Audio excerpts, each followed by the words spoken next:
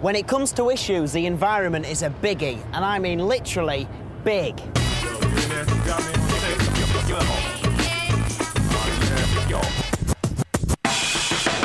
Pollution is something that doesn't respect the borders of a country.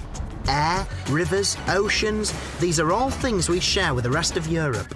So it's probably best if we agree on how we're going to protect them.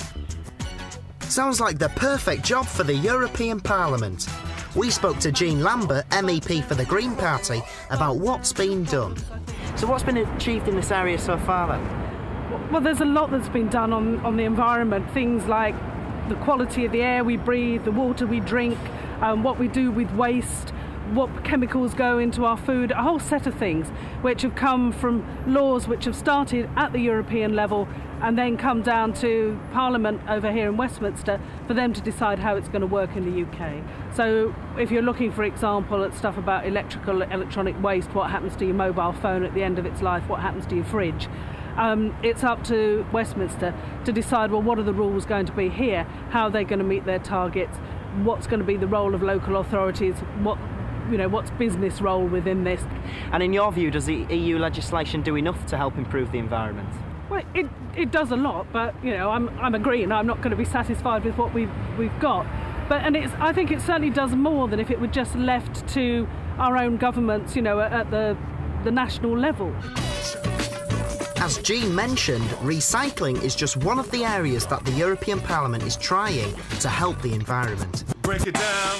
We're all pretty familiar with the idea of recycling our household rubbish, but recent EU laws have been made to take this even further.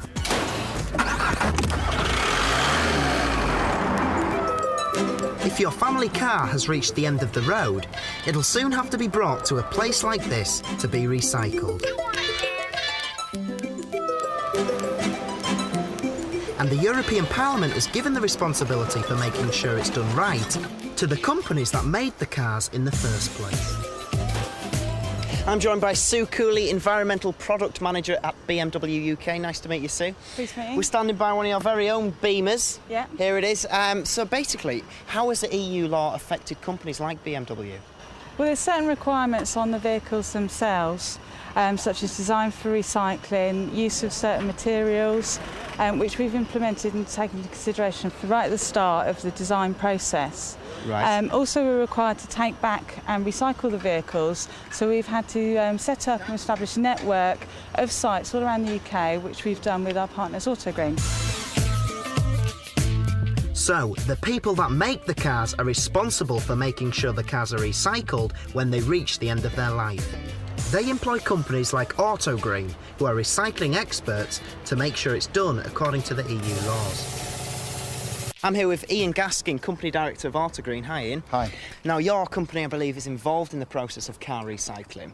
How big a problem is it for you to get rid of cars which have reached the end of their lives? It's a very big problem. There are well over 2 million vehicles each year which come to the end of their life, and all the waste goes into landfill, and that is certainly not suitable for the environment, especially when over 10% of the 8 to 10 million tonnes which are going to landfill is of hazardous waste. So it is a big, big task.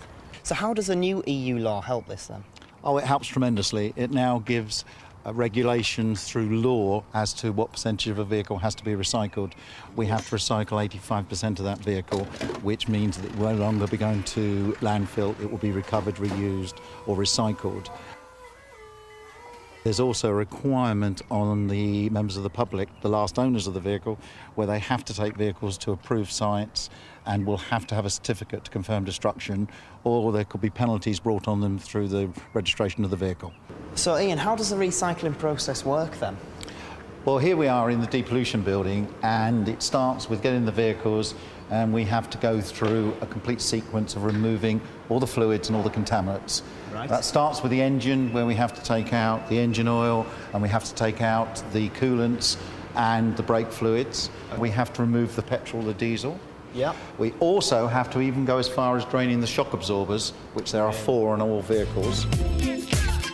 It'll be a few years until the cars with their new, easy-to-recycle features arrive at the scrapyard.